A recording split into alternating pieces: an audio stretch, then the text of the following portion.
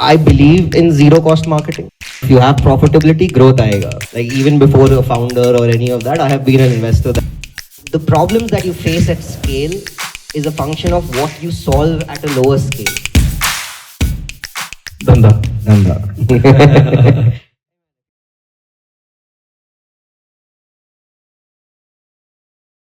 This is one of the initiatives that we have taken. So we'll be inviting one speaker every month to share their wisdom, and majorly we'll try to invite like founders or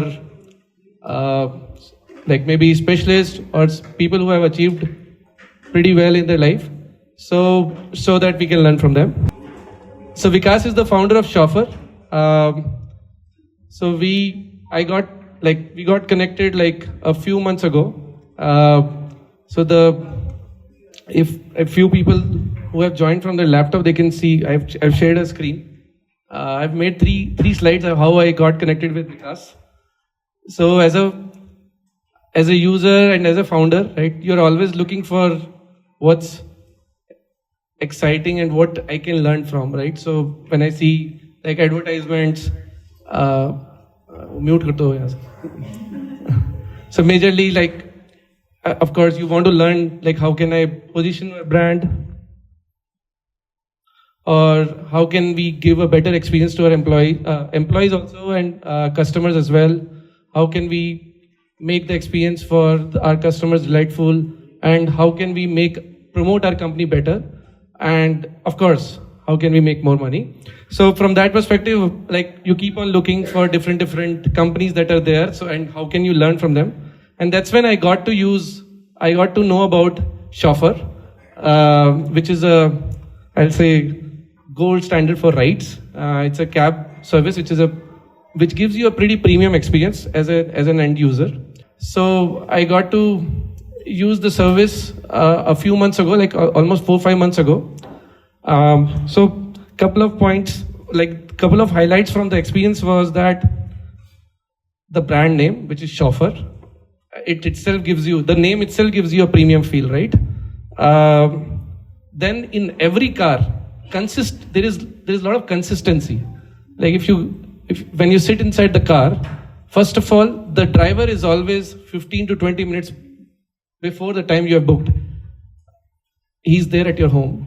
So even if you book for 3 a.m. flight or a 4 a.m. flight, the driver is always 15 to 30 minutes before. The driver is there at your home. Then every car has either Polo or Pulse. It's a very small thing, but it matters a lot. Now, whenever I'm entering in Shoffr, it has become a habit that I look for Pulse in the car.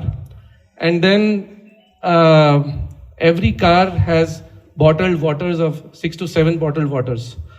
Water bottles, sorry. Then the communication of the driver, right? So starting from like greeting me, right, as a user, good morning, good evening, right, which you don't get in Uber, right? वो तो बोल देते हैं, sir, can I take money in cash, right? I mean, that's what we are used to now. When कहाँ जाना भैया, right? And then I was pretty surprised. Couple of times I feel that वो पीछे से सामान निकालता है और बोलता है, sir, happy journey when you're going inside the airport, right? So, and also only BYD cars, which are electric, they don't make a lot of noise, right? Because they are electric cars and they're all black colored. So which gives you a pretty premium feel. And the driver also pretty well dressed. So all of this combined gives you a very premium feel. And for that, I just have to pay like 100, 200 rupees extra. So you get it for like 1150 if you don't take the toll route, but I generally take the toll route, which is 1300, somewhere around that. But the whole experience, especially if you want to go with your family, it actually gives a very premium feel. And which today morning I told my mother-in-law that Shoffr's founder, because she has also experienced, because we travel a lot. So Shoffr, and she was like, oh wow, he's coming to your office. so the perception, and you won't believe that it's a startup, right? So the kind of experience that they have built is phenomenally well, and that's where we can learn from, right? So So, I mean, as a curious person, right? And like when you get to experience something like this, you get very excited. So I reached out to, if you're on Google Meet, you'll be able to see, I put a screenshot that, hi Vikas, I'm one of your regular customers.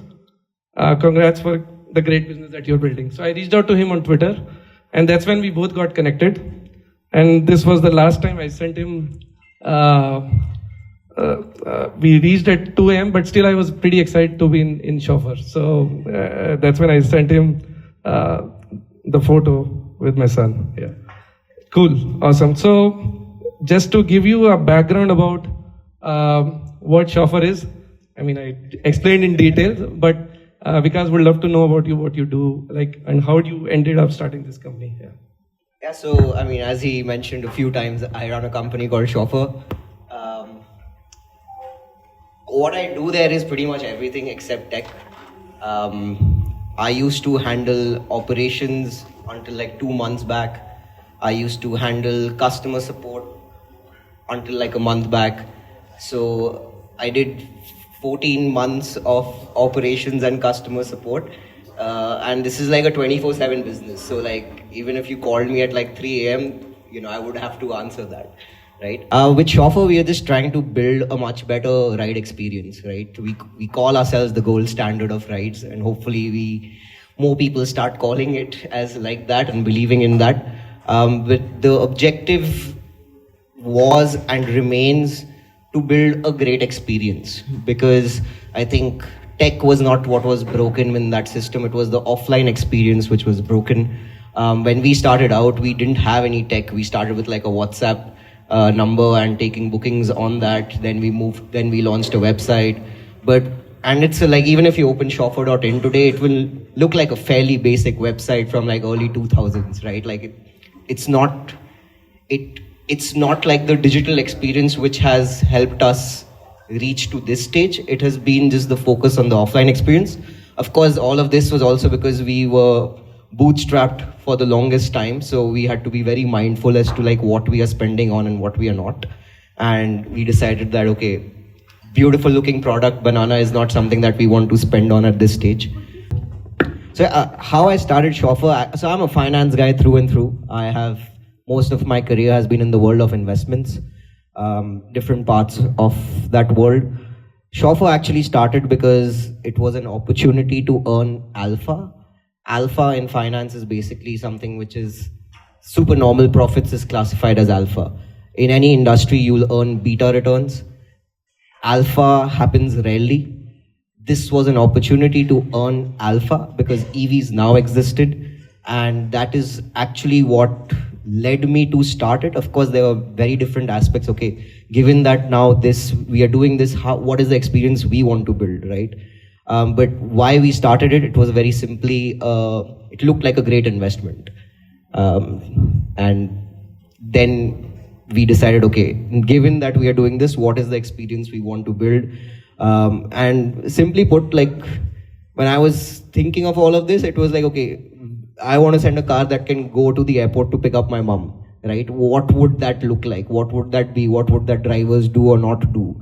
And that was a very decent guiding star in terms of what, the ultimate Shoffr experience today is. Like even the Polo and Pulse that he mentions, it's that because my mom carries that in her handbag, right? And that's not like a new thing. Like she's been carrying Polo like since forever. So all of that is there, given the experience like I would have wanted to create. Awesome. So how did the idea come to you, right? So, I mean, you have been, just if you see his LinkedIn, right, he's a CFA. Then before that, you were with Small Case, and then Willis Tower Watson. So, like, people also ask me, like, how did you end up being in insurance, right? So, but still, I think you have a similar kind of a story. How did you end up being in cab service? As I said, like for me, it actually felt like a great investment. So the investor in me was really appealed by this idea. And then came everything else, right? Okay, given ki, okay, I am making this investment, or it looks like something which is going to have like a great return, then everything else kind of fell in place. Okay, if I am doing this business, who will run ops? Okay, this becomes like the most core of this business, right? But it actually was not too far off from like the way I saw it was, okay, fine, like this is probably the best investment I can make. So it appealed to all my previous experiences, whatever, like, I had learned over the years at different places. The culmination of that was the last experience was at small case, but I am an investor before anything else. Like even before a founder or any of that, I have been an investor. That's what I have done for most of my life. And this seemed to be like the best investment to make with my time and capital at that point in time. Right. So like, I mean, if I try to correlate with our market, right? So, and before going to that, right? So if I want to start a cab service, so like say, hey, I'm planning to start a cab service. So then you have Uber, you have Ola, you have Quick Ride, Meru, blah, blah, blah, blah, so many of them, right? So how did it, like when you were starting, like you said that I wanted to invest in this business, right? So, or you wanted to start this business, but how do you stand out in this market, and how did that come to your mind that how, like, you'll create a service which will stand out from others? So, I mean, see, there are advantages and disadvantages of entering a competitive market, right? The advantage is the fact that the market already exists. The challenge is then to see what are your differentiators, and then over time, like, how can you maintain them? What worked well for us is when we started, and we launched in November 2022, and Ola and Uber were still pretty shit then, right? There were all kinds of issues, and maybe they have improved marginally in the last 15-18 months, but they were horrible back then. That helped us. It's much easier to create delight when the base expectations are very low, right? Like if all I had to do was like put a 5 rupee or a 10 rupee Bisleri bottle, or like a 1 rupee Pulse or a 2 rupee Polo, and that creates delight, right? Because you just, your standards, the standards have been brought down so low because of, let's say, what the incumbents are doing, that creating delight was actually much easier thanks to them. It required more so of like, thinking of, okay, will this, if I like, the guiding principle always was like, okay, will I want to use this, right? If I am using this, or if my mom is using this, what would I want to have? Can I afford that cost, right? What is the price delta there? What is the delight delta there? So it was much easier to create delight because Ola and Uber standards were actually damn low. So, that helped us. And I think those were the things that we thought that if we did our job well, if the customer support, for example, I handled that initially because obviously we had limited resources. But over time, very quickly I realized that it actually handling that helps me run operations better because they feed into each other. And then I realized, okay, it actually helps me build a better relationship with our guests. So all of those things, like, we don't have chatbots. We only send transactional messages. We don't send marketing mailers. We don't disturb you at all because that's how we would like to be treated. Like, I don't want to see random push notifications on my phone saying, hey, book a ride, like go here, get some 20% off. What the hell, I don't want to see that, right? So we basically built it the way we would want a service to treat us. And in turn, that created a lot of delight for our users. Yeah, so of course there is a gap, right? So always I'm trying to correlate your business with mine. Yeah. So that because I want to implement some things in my business, in our business, so that we can create that delight delta with our customers, right? So now comparing like, of course, there is a gap in Uber or Ola, right? So from the experience of the car and the other things, right? So the way driver talks and all of that. So how did you create a process, or how did you so that you can standardize it in a way that the whole experience, like as I said, the booking experience, the driver comes 15 minutes before, then the way driver talks, and then there is pulse, there is water bottle. So how did it, what was the process, the whole process? Because there are other cab services also. Anyone can and everyone can do that. But why did you end up doing it over others is what my question is. I think intent matters. Intent and belief both have to be there. Like, you can have that belief, but you may not have that intent, or you may not think that's actually better for the business if you do something like that, right? So that anyone could have built Shoffr, and I spent a bunch of my time explaining why others aren't doing like this, and I still don't have very good answers, right? Like, it's not rocket science. What we do is not rocket science at all. It's just packaging the same things a bit differently, and sticking to some of the core values. Anyone can have a human customer support. They don't. I don't know why, right? It's actually much easier to implement that than do all kinds of integrations with bunch of different things. Anyone can put water bottle in the car. I don't know why they don't do that. I think a lot of this stems down to as to how fundamentally sound a business is, what pressures they have on them, and what they feel as a business will be better for them in the long term, right? So we have given a bunch of, it's an ops heavy business, so we have all kinds of fuck ups, right? Like, sometimes the cars aren't 15 minutes before time. They might be 15 minutes late. But if we really do screw up, we are very upfront about that. We tell them that, okay, we'll make it up next time. Just let us know whatever you're doing. And that comes from the intent of building a long-term relationship with our guests. We don't even call them users. And that has helped us that has actually been a very big differentiator.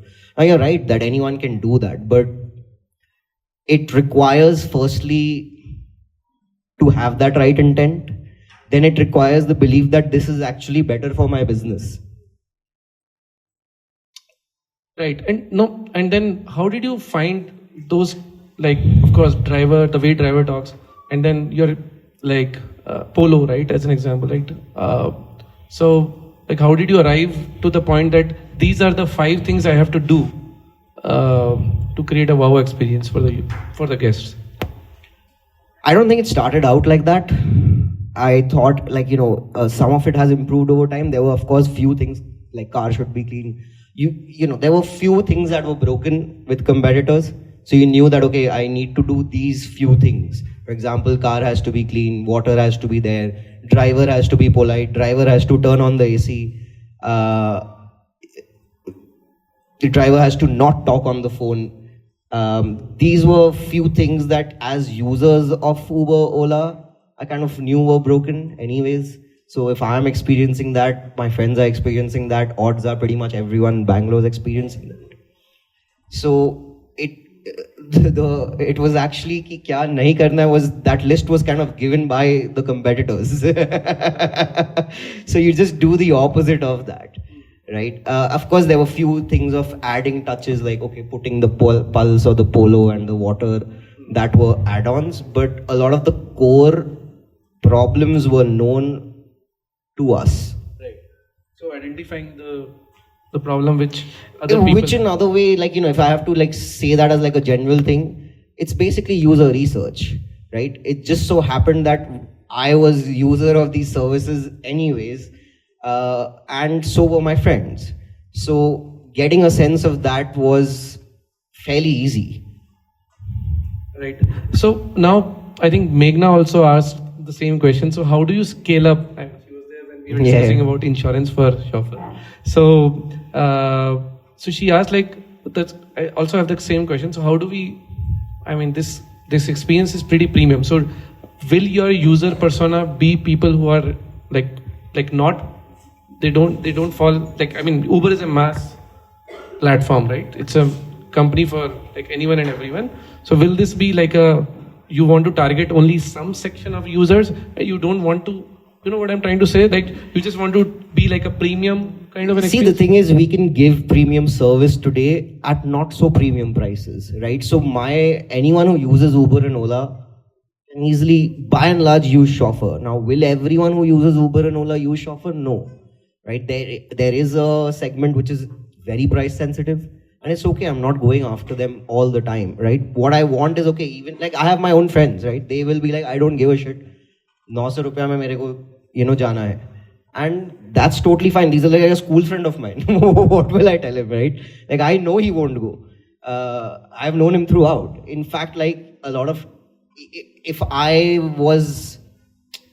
I came across Shoffr and someone else had started that, I may not have used it all the time, right? But as long as they use it or think of it as, let's say, when their parents are coming or their wives are traveling or someone where a bit of extra care is required, I'm more than happy if they just use for that. Right? It's okay to not have all the users. Like, I think this is like a very VC thing. Okay, I'll capture the whole market sort of a mentality. It doesn't work. It shouldn't work like that. Yeah. So now things that can't scale, right? Wherever there are people involved, I think that, I mean, the driver experience, right? So today you have like 170 drivers. Yeah. Tomorrow, like after a few months, I'm sure there will be 1,000. So, so how do you, like, that's a challenge. Like, how do you maintain the same experience at scale?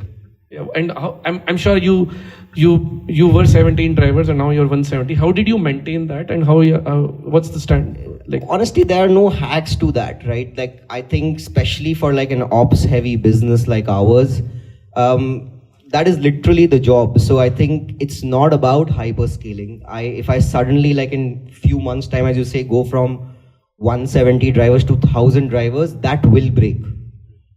But the problems that you face at scale is a function of what you solve at a lower scale. So if I haven't solved for, let's say, driver welfare at like a 170, 200 driver level and done few things to make that a bit more consistent and, you know, the drivers feeling that, there is no way I can solve for that at like a 1,000 car, 1,000 driver level. So for example, like if companies, like in my industry, right, if companies today throw incentives at driver and keep them happy by paying them, let's say, money that they know is unsustainable and will be reduced 2 years from now or 1 year from now, they are basically just deferring the problem to a time when it will be even more challenging to solve for that, right? So there are some problems that are better tackled and solved for at a lower scale, and some problems that become easier to solve with scale. I mean, economies of scale exists, right? So though scale should actually be helping you, right? So for us to maintain quality at scale is honestly just a function of what are the things that we do today and how balanced our scaling is. If I suddenly put 50 cars, 100 drivers from, let's say, 75 today, that will just put undue pressure on the entire chain, right? Like, it will put pressure on me. Okay, now I have cars, I have fixed costs, I have to get more bookings. But how do I suddenly get more bookings, right? Then I'll be like, acha, theek hai, discount chalate hain, campaign karte hain, which then puts pressure on revenue, right? Then I'll be like, okay, drivers training, how is that happening? Is that like going through all those checks? Everything needs to scale up with one, it's not just about adding cars. So how we scale matters. Finding that right balance between demand and supply is very important. Scale is inevitable. If you ask me that, if I look at these things from like, okay, in 3 years, I want to be at like a 3,000 car level. There are many ways to get there, right? But if you ask me, it's far easier to jump from 2,000 to 3,000 than it is to jump from 1,000 to 2,000, than it is to jump from 500 to 1,000. than 100 to 500. Like 100 to 500 is far more painful.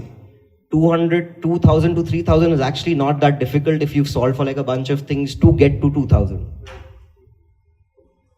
Oh, so yeah, so I like now see we've like of course, as you said, right, I think Aryant is there and Shivam and Nilesh from our product team and also a lot of colleagues from our relationship management team as well. Yeah.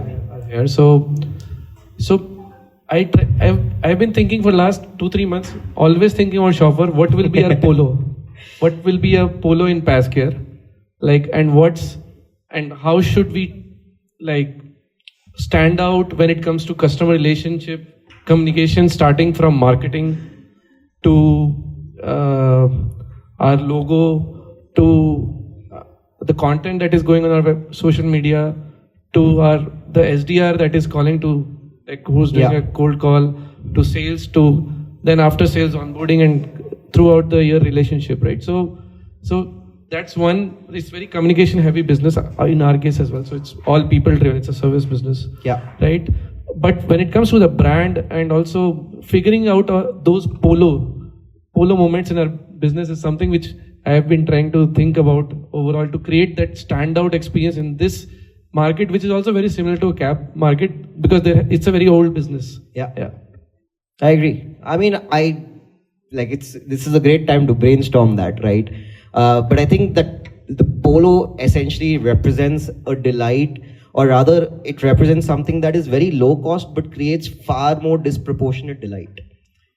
And I don't know what it would be from like, let's say a group insurance or like that perspective, but I know that what I can think of is going to be maybe once we finish this whole thing and like, we have bought our insurances and all of that, I'll have some better idea, but I don't know. I think it has to be some freebie of sorts which folks don't expect. And which doesn't have to cost like a bomb. It is just something that, it's just no one does that in the industry, and suddenly you do that and it's just like, oh wow, okay, ye to acha hai. Right? The equivalent, let's say, was like what Blinkit recently did was like, acha dhania free mein main de deta hu. It's kya hi cost hai yaar uske liye? Kuch nahi hai. But that delight is brilliant. Yeah, something that we can do during the time of claim or maybe post-claim. So something of that sort. It depends on at which stage you want to create that delight, right? If you ask me, the earlier in that process you can create that, the better it is, because not bunch of folks will lead to claim. And it will be important to think also, who are you creating delight for? The employer, all the employees with that particular person, like, who? So, like, for example, if, let's say once we have bought this, right, there'll be two aspects there. There'll be Shoffr, the company that you can create delight for, or there'll be employees at Shoffr who you can create delight for. Maybe the decision makers or the employees. I mean, you can just, like, Cred did this in their early days, and maybe you can think of it like that. You have a bunch of details about all these folks, right? Send them like a birthday cake, I don't know, to their office. Cred did that initially. Randomly, they would send like a birthday cake, right? Expect bhi nahi kiya tha. But because it was office, and they were very deliberate to send it to office. Because if you're sending it to office, then 15 other people are like looking at it and also eating it. So that's just like one example, maybe, I don't know. But you have date of birth of everyone. Yes, you do. And the office address also, yeah. But, it can be, all I'm saying is if you do something that people don't expect you guys to do, that delight factor then is yours to get from them. Yeah, I think unexpected delight is what makes people pretty happy and like extra pretty delight. Happy, and in today's day and world, they will post about it also. So, if you're like, you have to be able to create that genuine delight. And if you do that really stays. And it helps with word of mouth, right? Which is what I think in any differentiated business, or rather in any competitive space, word of mouth का कोई alternative नहीं है यार. Like that has just so much power. So, like, one thing which I observed in Shoffr was that the consistency, right? How did you maintain, like, of course, I am sure that it's all packaging, how, like, you have done a pretty nice packaging and consistency in the whole experience. So what will be your suggestion? Like, of course, you know a bit about our business. You interacted with a couple of us today. Like, we have, like, issuing from, say, post-sales experience to health card to claims experience for the end user. So what will be your suggestion to us when it comes to maintaining consistency in the employee experience? So I think it's not like we don't screw up, right? Like, we do screw up pretty much like on a daily basis, right? With someone or the other. I think where the consistency kicks in is what are like your 2-3 things that you want across all aspects of the business. So we, for example, focus a lot on the guest experience, right? The second aspect is we want to have like a very human approach to things. And the third aspect is for us that, okay, you know, how would we want to be treated essentially, right? So a lot of, if these are the first principles that I follow, then that trickles down across product, across marketing, across all aspects that we want to kind of like that are involved. And you spent a lot of time on this front overall, or it's just organically happening as you are building the experience? These 3 things have been there throughout, right? So there are more and more, let's say, nuances that have been added, or variations where, like, you know, they're like, okay, no, this is probably better than what we were doing earlier, or we should have approached this this incident with this lens. But the guiding principles have been mostly the same throughout, and they evolve. Like, you know, the what we did with the same guiding principles probably like a year back to what we do with them now, that has evolved. But by and large, those principles have mostly remained the same. And that is communicated to all the employees at the time of joining, or how does it work? Like, yeah, I mean, we are not at this large scale yet. We have 9 employees in HQ, but it has to trickle down to drivers. So, like, you know, for example, with drivers, now I go once in 2 weeks, but like that's only because I have like an ops guy who now does what I used to do daily. Right? But it has to trickle down. So, and the more context you give, the more transparency there is, I think that makes it easier for someone to buy into that story. So our drivers know that, okay, like, look, if you do this, then guest will feel like this. If guest will feel like this, he will not go talk about it to others, or worse, he will talk about it badly, which will be bad for the business, which will then impact you, and then so on. So, abhi, like, you know, I can just be like, nahi, ye karo, and expect ki wo ye karega. But it's much better, I have found, that if I give them that whole picture as to like, this is why you should do this is how it impacts the company, or this is why it will, like, you know, be better for both of us in the long run. That really helps. And at least with, you know, with drivers, I've found that the more often that happens, the more often these two-way chats happen, the better it is. Yeah, so with 170 drivers, so we all are like drivers. Yeah, so we all are communicating with clients every day, including myself. So more like a training process, or you have some training process. So I believe in the power of incentives. I could set like 1500 SOPs for my drivers, but if I incentivize them on like revenue, those SOPs would go out for a toss. So that's our drivers behave like that, not just because we tell them and get them to buy into the story, but also because they're incentivized on those parameters. So like up to, like, I think about 25% of their salary, they can earn up to 25% of their base salary as incentives each month. But those incentives are tied only on feedbacks. It doesn't matter how many trips they are doing, what revenue they generated. That's not their job. I don't want them to think only like that. Their job is simply to drive safely, take care of our guests. That's it. So those feedback, and we ask for feedback, their incentives are tied only to that.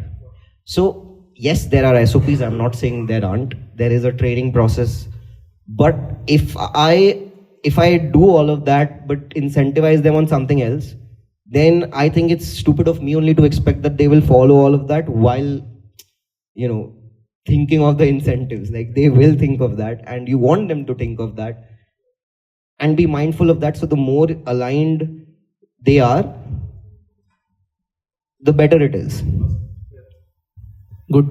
No, that's nice. So I think I'm done with probing him and asking him many questions. So I'll request Aryant, Meghna, I mean, any of you folks here, please, whatever, others, any everyone, questions you all have or whatever you all want to know. You have any questions?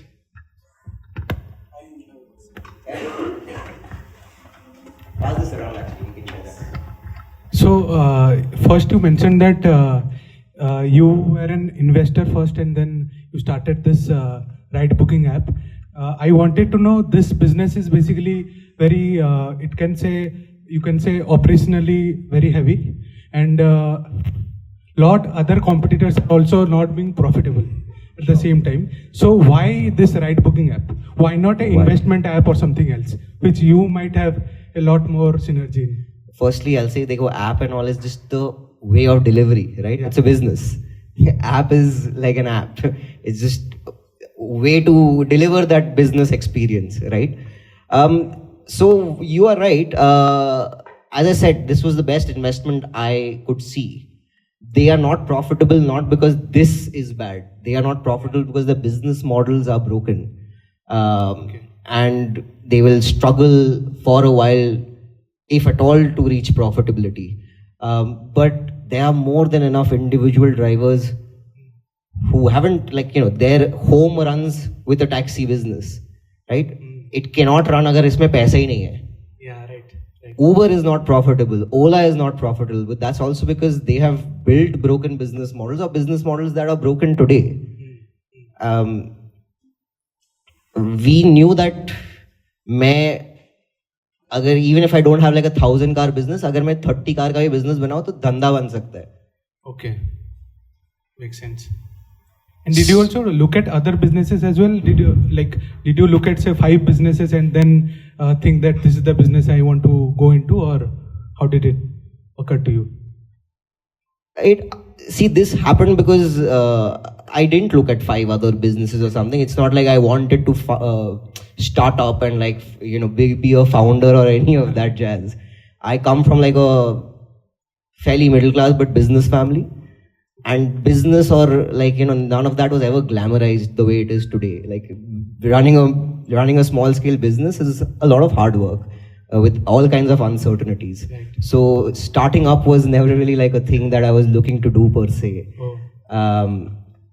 I did this because it appealed to the investor side of me, and only because of that. If the unit economics weren't adding up, I would have not done it. Okay, amazing. So you calculated your ROI and ROC before starting, basically.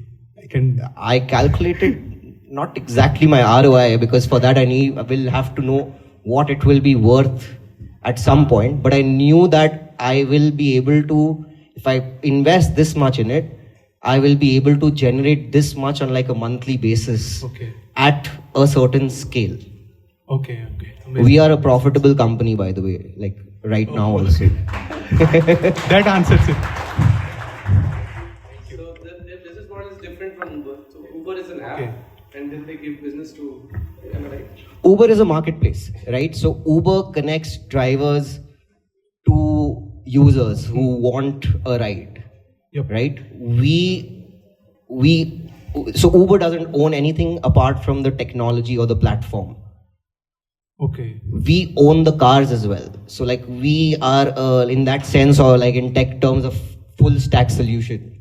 Okay, understood. Right? Like we own the cars, we own the booking platform, we own the entire experience. Okay, understood. So makes sense. Thank you so much. Welcome. More of a feedback than a question. Sure. I have always wished that when I arrive at the airport, someone is waiting for me with a placard written my name written on it. So I just checked the app. You do it for 400 rupees. So Yeah. I'll try that. Yeah, we are seeing myself. So some of that money, like about $200, just has to go for parking. Because if a driver is doing that today, they need to park the car, then go. And so there are two costs essentially. One is the parking cost, and one is essentially the downtime that as a result of that placard we have to bear. So we are seeing how we can kind of like optimize that a bit more, because it's not only it's like, look, a bunch of people feel nice about seeing that, right? The other aspect is that I might be holding the placard for one person, but 30 other people pass by and still see the company name, right? So it's a great opportunity for me to do that as well.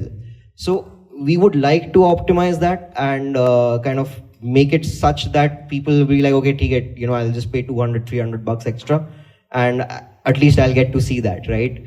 Hopefully in 3 months' time that will happen, 2-3 months' time, but that's something that we would do. No, it's already there on the app, right? No, it's there on the app, but it's there, let's say, for $400, right? Yeah, correct. We want to make that something that can be like, let's say, at 300, and something that, where a bunch of people kind of start doing that, because there is a feel-good factor associated with it. Yeah, but it's a bit expensive. Yeah. So I just wanted to ask a question from marketing perspective. So you mentioned that you don't really believe in push notifications and all, and rely only on like word of mouth. So how are you marketing it on that level, and because to reach out to more customers We are or not. guests? We are not. So the only marketing we do is once in a while, Kisle or I, Kisle is my co-founder, or me, will put out like a LinkedIn post or like a tweet about something, and that's pretty much it. When we started out, we actually had a referral program, or rather we had built out a referral program, and very savvy users could have gone and discovered it, but we never really pushed it. And then within like 2 weeks or a month, we were like, why do we even have that? Log aise hi baat kar rahe, band kar do. Like, why am I giving this person $100, $200, that person $200? Like, people are talking about it anyways. To answer your question, look, I believe in zero cost marketing. Like, I would want to exhaust all options on that front before moving to other versions of that. But the kind of marketing that that we would do or continue doing is it has to elevate the brand. It should never be like, I would never have like anything transactional.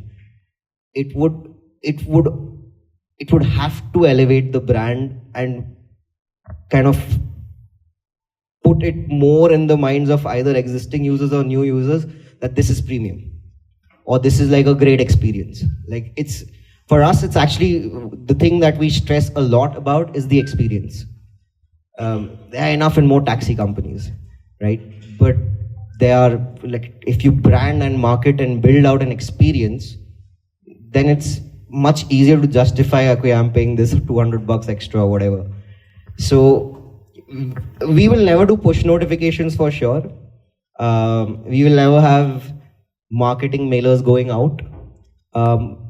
What we would want to have is element of telling a story or telling our story better in different forms or in different platforms. But never directly something that, with a solid CTA, come by right now or buy now sort of a thing.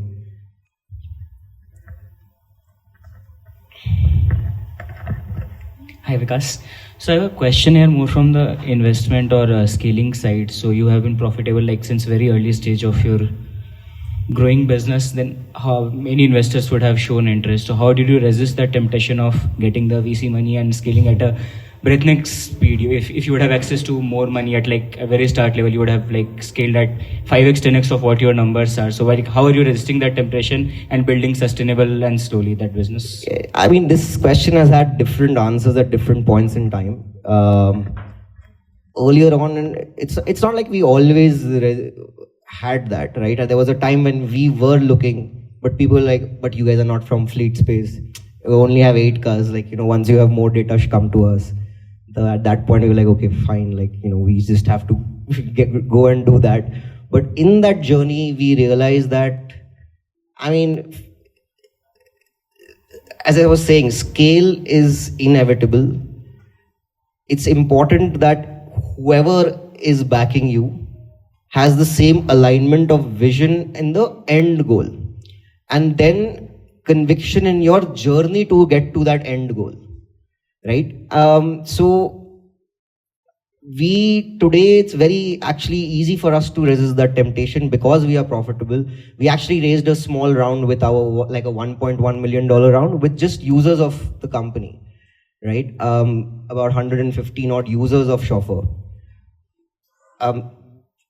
And because we are profitable, because we have that, we have actually the luxury to say that, okay, it's not like we are saying no to external funding, but you have to be kind of buying into our vision or telling us why this is not the right way to get to the 3-year end goal.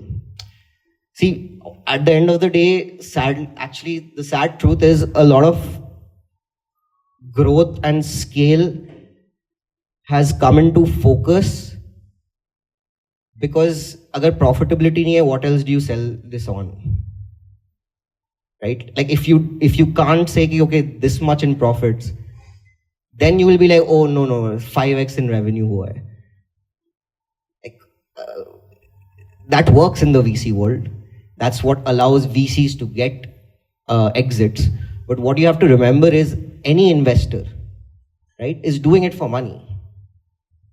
So it's not unreasonable for them to kind of like be like, I want an exit. I also want an exit, right? In fact, I have a lot more stake than whatever that VC or any external investor would have, right? So you have to first understand that, okay, look, we are all doing this for money, right? Aapko bhi 100x chahiye, mere ko bhi 100x chahiye. But how we get to that 100x is where that alignment of vision is important there. So I have a follow-up question. So, I mean, for you, you have a luxury because you're profitable. Of course, that's one piece. But do you always think about the growth as well? Like, hey, I want to grow this much year on year, or it's okay, I don't care. I mean, I just have to keep growing organically the way business is growing, or you keep some targets for yourself as well in terms of growth? No, we absolutely do. It is important. So right now, for example, we are like, okay, maybe we'll be around 200 to 300 cars and another city by the end of this year. But what is important for me is like, that is important. But I will not do that if I have not been able to solve for certain problems that arise at like a 150 car level or like a 120 car level, right? ਫਿਰ I will be like, okay, there's no point. If my drivers are unhappy right now, there is no point in me adding 20 more cars and adding more stress to something that is already like needs attention. So it's obviously important to have a plan as to like, okay, how you want to do this. It's even more important for us because we think like this is not like an evergreen, it might be an evergreen business, but the opportunity to earn alpha has like a time window to it, right? So there is an element of wanting to get to a certain stage in the next 2 or 3 years. But equally important is how you get there. And, as I was saying, different stages of scaling require you to fix or solve for certain things. If you're not able to do that, it's okay to be like, okay, let me first solve that first, and then I will do the next one. Less rush. Like, there is pressure, but like, I genuinely believe that if I anyways have some pressure on some aspect of the business, and then I add more stress by my own choice, saying that, okay, no, add more cars now, that will actually end up compounding the stress and pressure. So, yeah. So, hi Vikas. So, initially when you started with marketing and all, so how was it? Like, as you said that you don't believe in push notifications and all. So, I think like I also believe in the same thing, like luxury means minimalism. I don't want to be spammed and all. So, you believe in like no cost marketing, zero cost marketing and all. So, how was it in the initial stage? It was just one LinkedIn post, to be very honest. I announced to the world, like we started operations in November. December is when I put out the LinkedIn post, and that was it. Like after that was all word of mouth. Of course, it helped that we were small. I think it will be more interesting to have this chat probably 6 months, 1 year down the line, when the scale is bigger and we would have probably done a bit more creative things. But even right now, let's say even the user-led round or the user-only round we did, why did we do that? Like we could have raised like $1, $2, $3 million from anyone. But that's a very good story. So if you do things, whether it's via partnerships, whether it's via actions within the company, if you do things that are a good story, that story comes out and people appreciate genuine good stories. And that is enough for us to kind of like say that's a very good form of like branding and marketing. So, I believe in that a lot more. And it also, once you create that, right, it has second order and third order effects. So because we have done like a bunch of these things today, like there are people who Sanchit asked me, "Aake give a talk." GrowthX will be like, "Come do a podcast." Those are literally that only. Like, what else is it? It's just marketing. So, just to add, I've seen that a lot of people like us who are their end users are tweeting about that, hey, I've seen Rajesh Sani, he's also an investor here. Yeah, so he's not an investor. Yeah, so he's one of the pretty well-known investors in the investor community. So he keeps on tweeting about Shoffr's experience. So, the learning for us is that maybe like after the claim experience or the HR experience, I feel that majority of the users they must have got is through people posting about them, or maybe people inviting him to their offices for talks. So I think that's what, for me, the learning is that how can we aspire to, starting from endorsements to claim support to relationship management, right? So if there is an issue, like how frequently I'm available for the client, the issues happen, right? Of course, they happen in your case as well, right?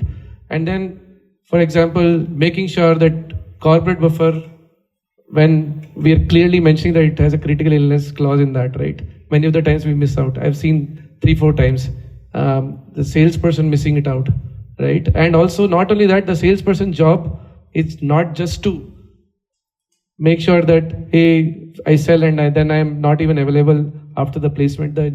The whole placement process, I'm available and making sure that the policy is being booked on time. So I think these are small things. That's what I'm trying to correlate from our business, so that we can create a delightful experience for the customer. And maybe we might have some tweets also about us, is where we can't just, of course, getting more business is important, but maybe it's counterintuitive that first we focus on experience, then we might get more business organically like these guys are getting. Yeah.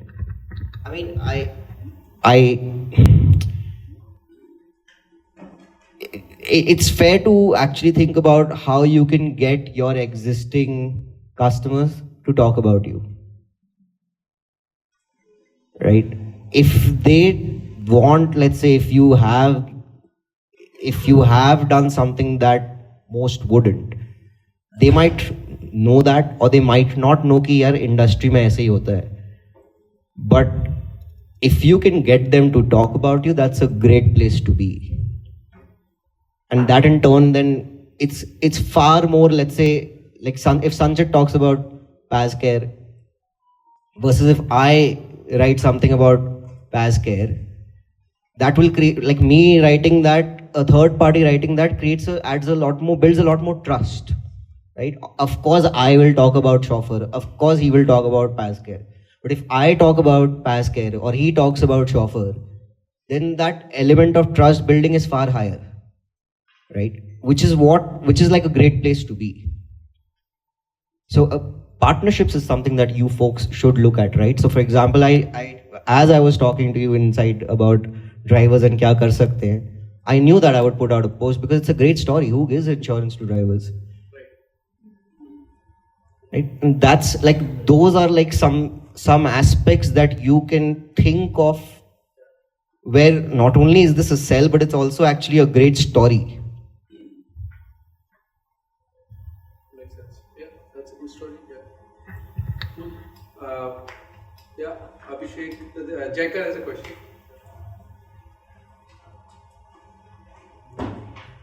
Okay, so just wanna ask you about your Mic is off. Okay, so just want to ask you about your moat strategy. So what's going to stop, say, Ambani starting geo rights, to target the same segment? Because you're saying you're really profitable or that segment is profitable. What's going to stop them from entering here? Is it just your operational capabilities or do you have something else?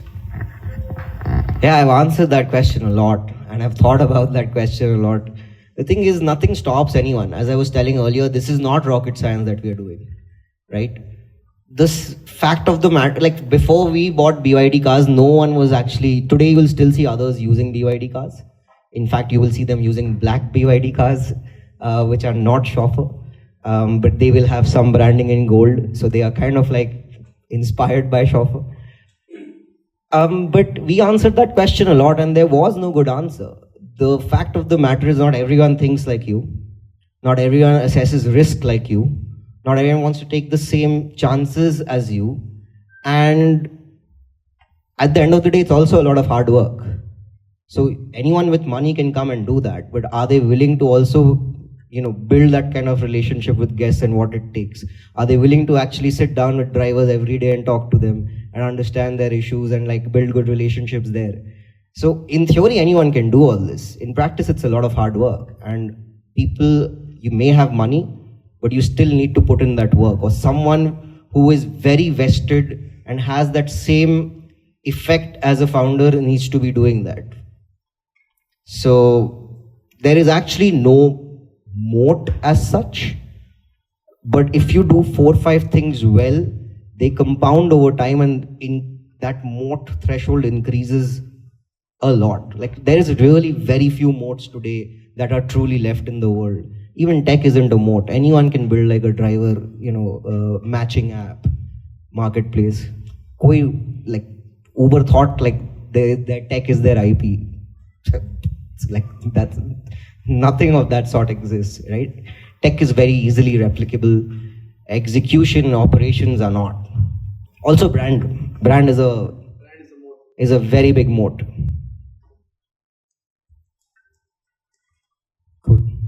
Yeah, go ahead. So you mentioned, and whatever Jacob asked, that maybe two people would like to get because they see you guys are profitable, and other way around would be that a lot of people would be seeing that why are you successful? Maybe like you mentioned, the readings or maybe whatever was mentioned there. How do you see it from the other component? Maybe Do Smart could be a kind of thing where they also own the cars. Do you really see that every time they are doing this, we should also immediately start doing that? Or like, how do you read it? Or do you really want to do everything what your competitor is doing and where the feedback in the market is very positive? How do you keep that focus? Maybe, of course, you also have a plan to go around and delivering a certain service. But you see certainly someone is doing something great and there's a lot of noise around it that a lot of customers are giving positive feedback. A lot of people are talking about it. do you really go like, okay, हम लोग भी यही करेंगे, या फिर maybe we should also do this? I mean, anything that is appreciated consistently should be looked at, right, and given consideration and seen how you can incorporate that, or does it make sense to incorporate that, right, which is the consideration.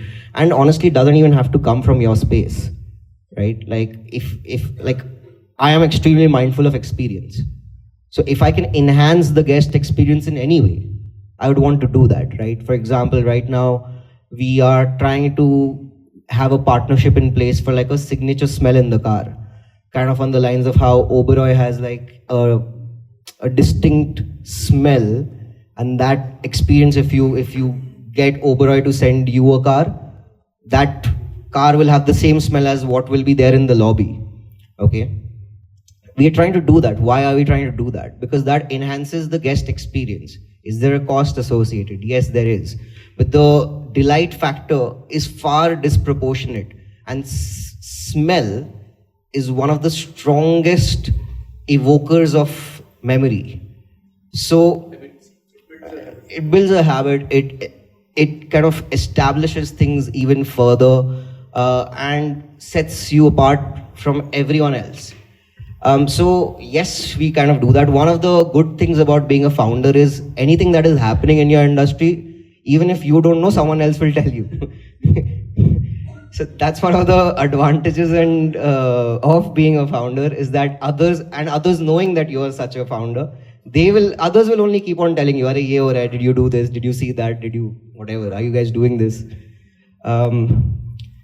But your inspiration, any good experience or anything from other industries also, if it's happening and people are appreciating it, it's for sure like worth looking at and seeing what can you do or how can you incorporate that. I mean, like Sanchit is here trying to kind of do that in like a similar manner, right? Ki acha ye delight hua hai, how can we kind of do something similar?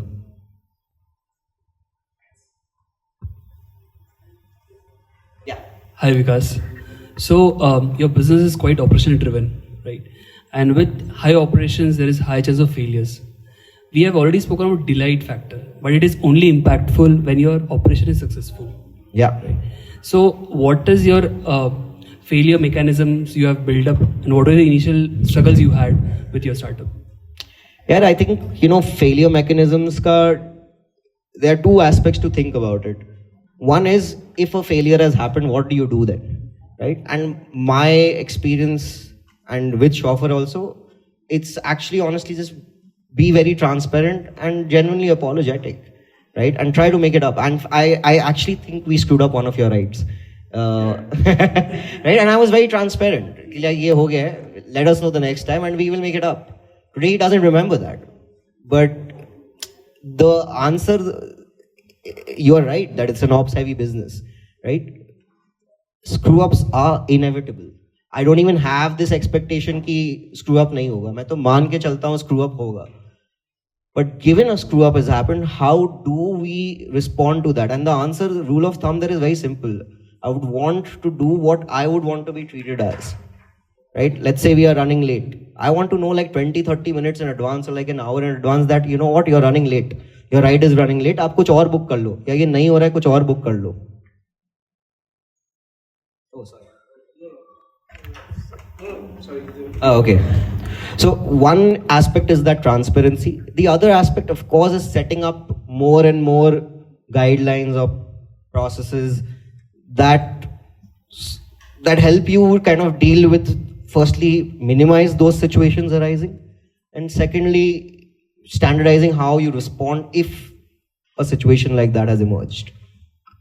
So, few people have questions. So, but just to before moving to the question, so screw-ups do happen. So I'll tell you, like in my case, the driver didn't turn up. It was I booked a cab and then he was having some food actually, and then he forgot to pick up the phone, right? And then the way he dealt with me, right? And because I had 10 better experiences, then I ignored the one bad experience, in my case at least.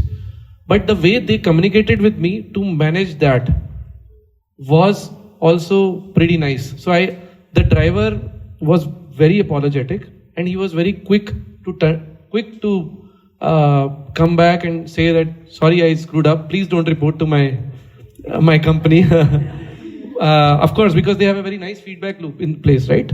So it might affect his incentive or whatever, right? So overall, the biggest learning here is that screw-ups do happen. We might end up forgetting that this was a term that we had committed to the client, but are we communicating with the client that, hey, we screwed up and I'm sorry for that? There is one client, I think Santoshi was working with me, where we moved the client from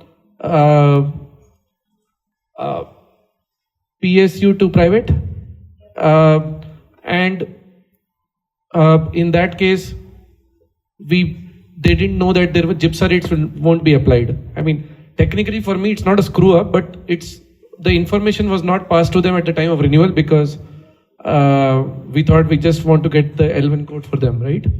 And they felt cheated, to be honest, because they're not from the industry, and they felt cheated. But I want to tell you, I personally showed up 5 times to their office. It's a 70 lakhs premium account, and in the last meeting, I actually ended up having lunch with the HR and founder there. But the summary there is that when the things go wrong, that is when you have to actually reply more frequently than when the things are going right. Understood, right? Right? So, we're not supposed to ghost the client over emails when the things are not going right. We are supposed to communicate more frequently when the things are not going right. Right? So, maybe when the things are going right, you can communicate less. That is also okay, right? So, but the most important thing is to stand up and face the client when things are not going right. It's okay.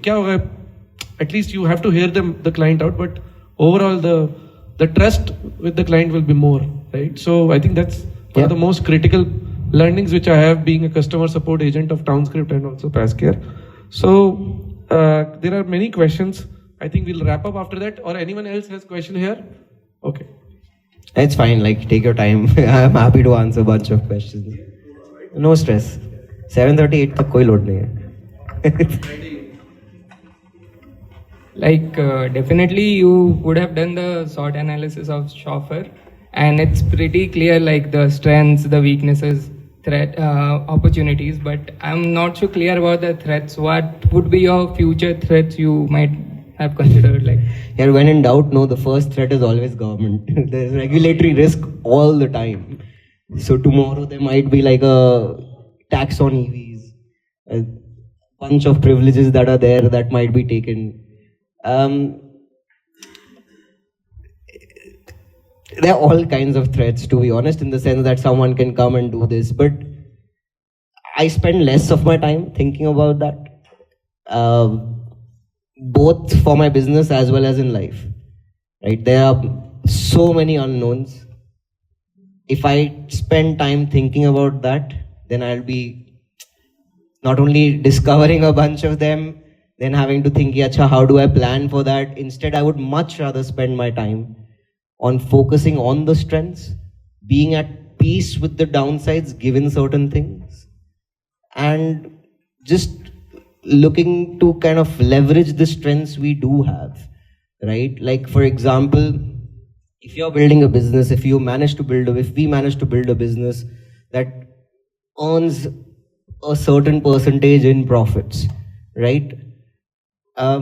If we do that, if we manage to have more buffers around us, a bunch of threat dealing is actually much easier, right?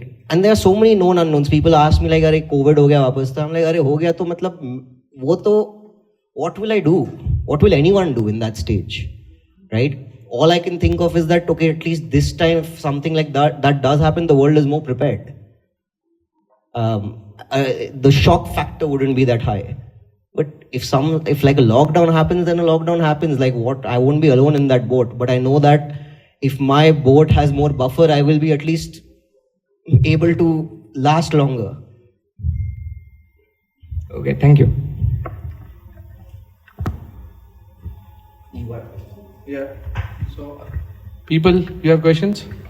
So meanwhile I'll ask. I think there are people on the Google Meet link as well. So I'll ask questions on their behalf. You want water?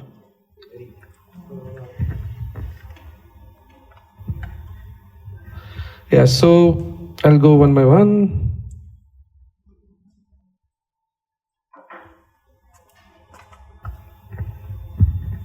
How are you planning to be sustainable business?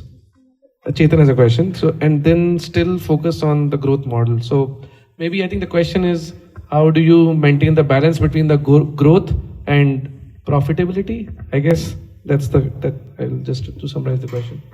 I think what I know for a fact that has worked for businesses across ages is that if you have profitability, growth aayega. What I don't know is that growth aayega to profitability aayega. Like, as I said, I come from like a business family. Like, of course, they all think of growing it bigger. But much before that, they think of, अच्छा ठीक है, घर पे कितना पैसा आ रहा है, धंधा क्या हो रहा है, नहीं हो रहा है. So, I think that if you do a bunch of these things right, if your business, I'm not saying all businesses have to be like this all the time. All kinds of models have worked. But I do believe that if you are profitable, growth is inevitable. You can do certain things better to grow quicker, grow in a certain manner. But growth is inevitable if your foundations are pretty solid, or if like you have profitability, you have more to then put back in the business.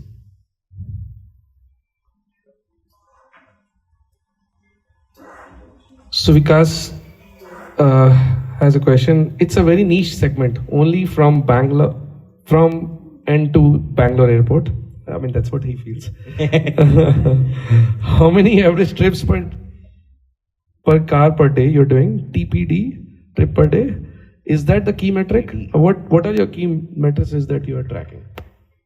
Revenue per day per car. Don't care about trips. Don't care about utilization. Care only about revenue per day per car. We are a startup. We use tech, but we are a dhanda. So that is the simplest metric for us to track, to know whether we are doing right or not, whether we are doing well or not. So interestingly, a bunch of VCs have asked me, utilization kya hai? And I'm like, how do you define utilization? A bunch of them fail there only. They don't know how to define utilization, or which is the correct way to look at utilization. But why does anyone look at utilization? It is to see then, okay, get a sense of can you increase revenue or not, which is then to get a sense of like revenue only, no? So it doesn't matter, like my car, I don't care if my car is like doing nothing, but in 2 hours earns like 10 grand a day, right? That is good. Can it be better, improved? Yes, of course. But all of that only counts if it crosses a certain threshold of revenue per day. If it's not doing that, then it doesn't matter what the utilization is. So we look at revenue per day per car and revenue per car per month as the most key metrics. Also, it's not like what we do today might be niche, but think of it as like the GTM. The space is mobility. Right? The market is huge. The industry is extremely basic, and this is countrywide, the opportunity. This is more of like the GTM, the perfect GTM that we can think of. So, I think one of the, because he's mentioning dhanda, right? So, one of my, some summary of the learnings on the dhanda here is that I think profitability first priority. Of course, experience and profitability come before growth is what I understand, right? So growth is the outcome if we maintain the delight for the clients, right? So it's pretty counterintuitive. Like we can go with brute force and keep on trying to do like outbound calls and get the clients.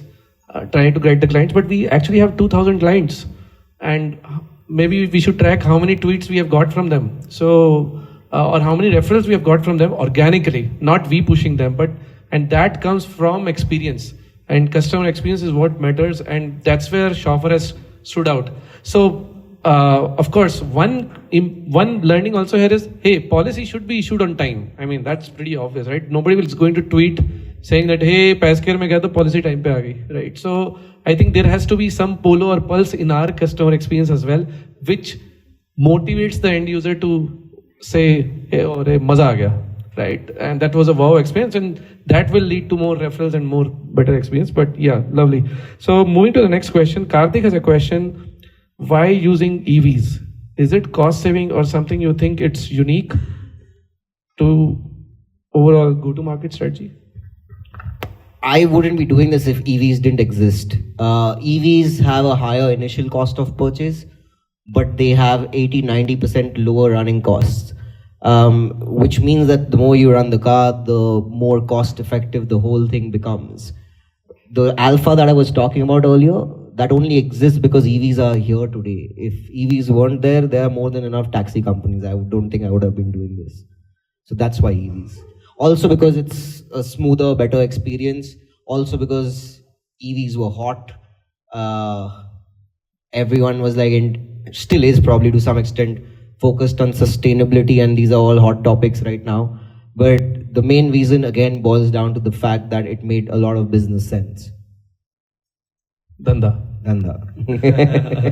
Hey man, if you're putting your own money and starting something, it has to add up. And by the way, don't get me wrong, like we knew that profitability possibly nahi hai if we don't get to like a 20-ish car scale, right? Like I knew that because there are fixed costs, you have to distribute that out. Also there are, you cannot really have an optimized order book. Like the more data, the more bookings you have, the more optimizations you can do, right? 4 car hai ya 10 cars hai, to aap kitna hi matlab usko wo optimize kar paoge.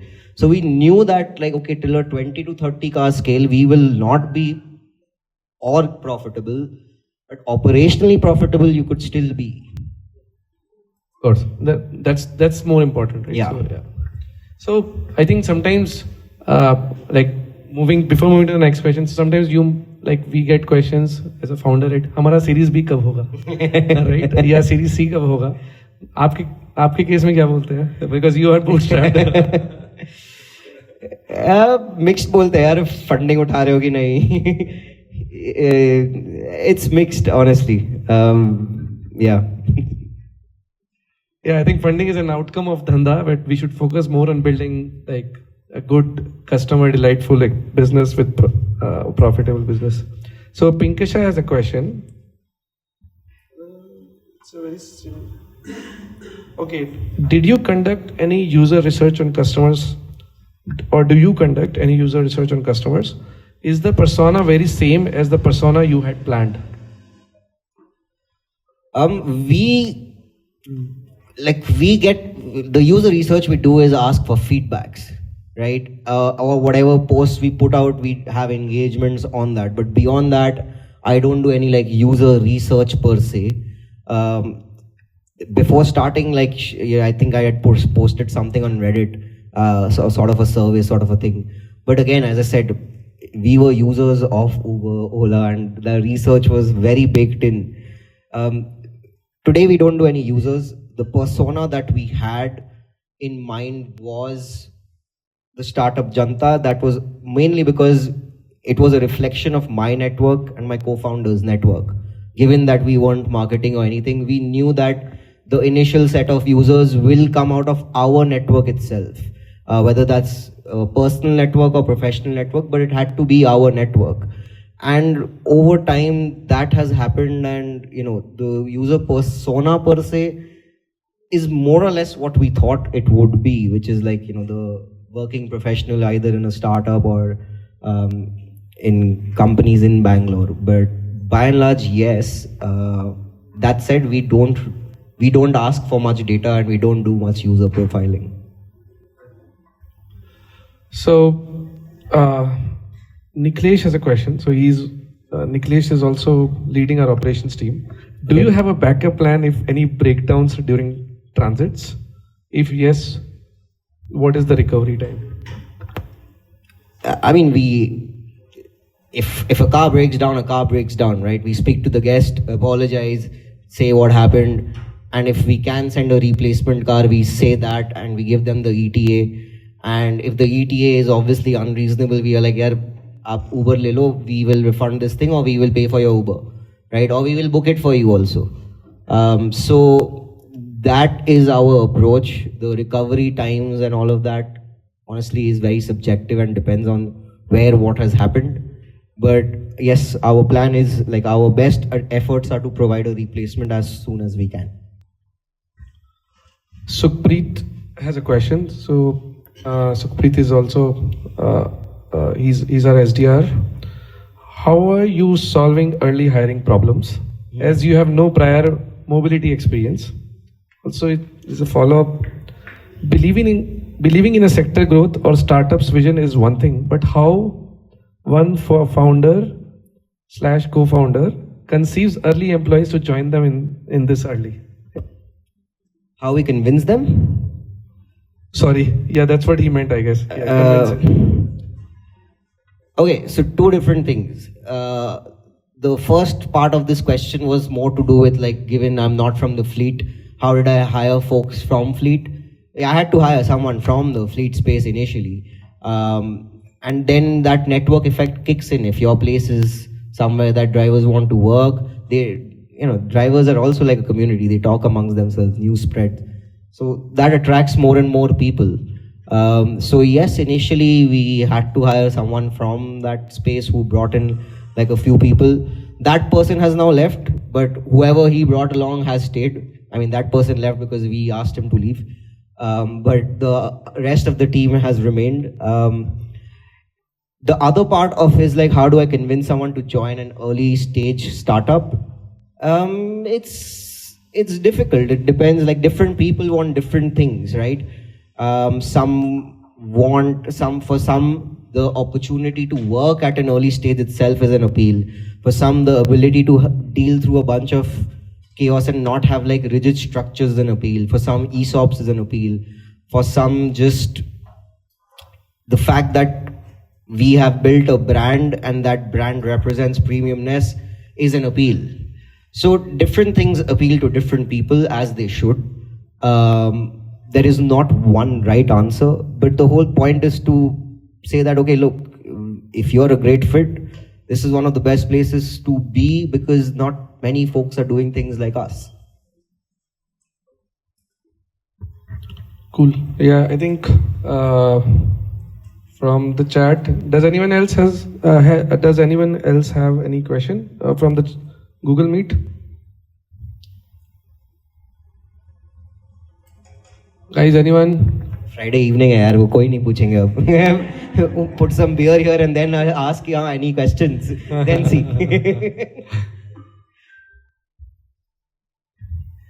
Ritik, do you have any question? So Vikas ji has a question. Discount coupons? ? Nope.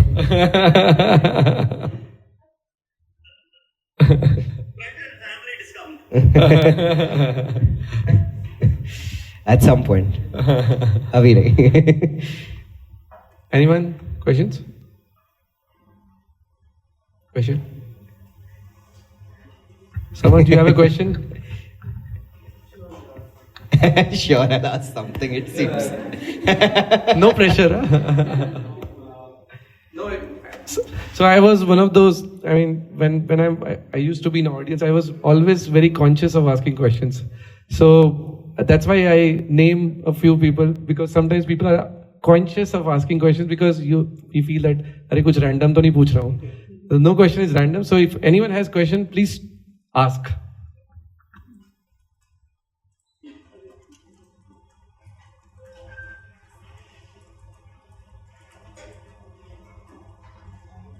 All right, so I wanted to ask about when you're getting these drivers on board, right? How long does it take you to verify, right? This is a chauffeur driver, right? This is not right for me. Are you selecting them? And how's the process has changed from the start to now, where you are now? I mean, see, with some people you know in a few days, with some people you're not sure of even after like a week or like a month. Right? And there is no, unfortunately, as much as I would like to standardize and make this systematic, there is really no way to kind of systematically do sense checks. Is this person an asshole or not? right? Is this person going to take care of things or not? There are some times that what would would be classified as like a vibe check, right? So there are parts of this process that are systematic, that include how they drive, where they come from, how they speak, and so on. But there are parts of it which require a vibe check, and for that I have to trust whoever is doing that vibe check, right? So up until like for the first 60, 80 drivers, I met them, they only got hired after I had met them. Now that it's been handed over to someone else whose abilities there I trust more, I trust, right? But that person still has to, once that person's gone through all the training, checks, background verification, blah blah blah, that person still has to meet the driver, say ki ठीक लग रहा है या नहीं लग रहा है.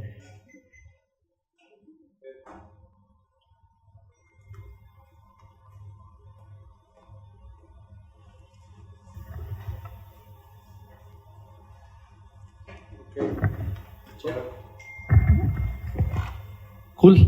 Should we wrap up?